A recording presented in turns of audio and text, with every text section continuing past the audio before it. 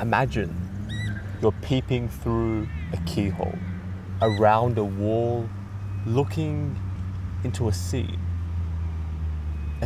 which you are not part of. Perhaps you're spying on someone, perhaps you're jealous. Whatever it is, you are engrossed in a scene of looking, of spying, of looking in. That is all that's going on in your mind. Have a think about that for a moment. Notice that we live much of our lives like this. Perhaps you're on the train, you see someone attractive across from you. Perhaps you're just judging someone who's doing something. You are the scene, observing, looking at what's happening.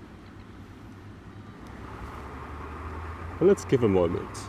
Let's just say suddenly they look at you, they see you, they stare back at you staring.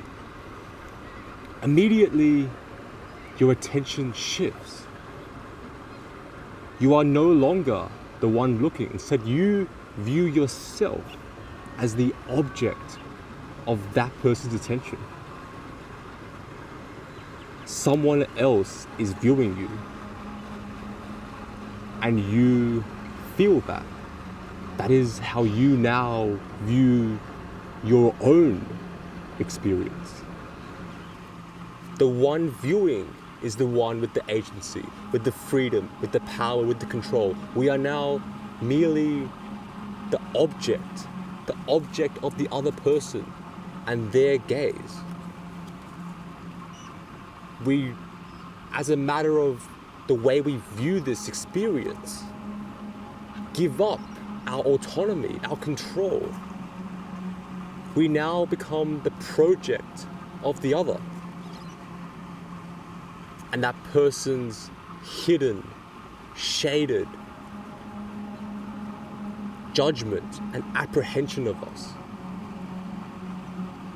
engulfs our experience and our sense of self. Notice how, in being seen, our shame is exposed. But this is not a moral shame. In fact, this case of us peering around the keyhole, of peering around the wall, spying on someone, is not just limited to this case. In fact, any time that we are seen, whether doing good or bad, our shame is exposed. It's an existential shame, a shame that reminds us that we believe we have the ability to transcend our experience, the freedom and the autonomy to decide and do whatever we want. But as soon as we believe we are seen and we are reminded of someone else's gaze, we realize the factual reality. It is a shame of our relation, a shame that reminds us of our objective state. Indeed, this is what paralyzes goals. It's what paralyzes progress, because we're reminded of the truth of who we are and the truth of our experience. That we are merely objects of somebody else and what they perceive of us. Is this all real?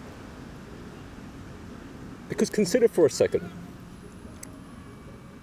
the fact that the judgment of the other is hidden, whether it's a fellow human being looking across, or it's a security camera and perhaps some imaginary guard who's watching the videotape. The fact that judgment, the perception, the apprehension is hidden is both scary and powerful and reminds us of our objectivity, but is also immensely freeing. It's freeing because it reminds us that actually all of this sight, this perception of being an object, of being judged, of being seen, which reminds us of our powerlessness, our lack of autonomy, is actually just in our minds. It's just the way that we frame it, and the way that we write this imaginary sense of being seen. Because it's always only here. We make up stories and images of how other people view us. And we hold ourselves and we completely reimagine our perspective, the way we view the world, peeping around the keyhole, the wall, just based on the fact that we think two eyeballs are looking in our direction. Indeed, what freedom can you gain from looking past that? This thought experiment has been derived from French philosopher Jean-Paul Sartre's 1943 book, Being and Nothingness. Indeed, when we ask the question of the self, it allows us to escape the self. It allows us to escape our own perception of other people, of the gaze which we believe that others have. To take back this fundamental shift in our perception of ourselves, which happens merely because two eyeballs meet yours.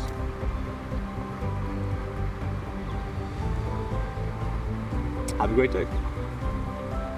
And I'll see you around.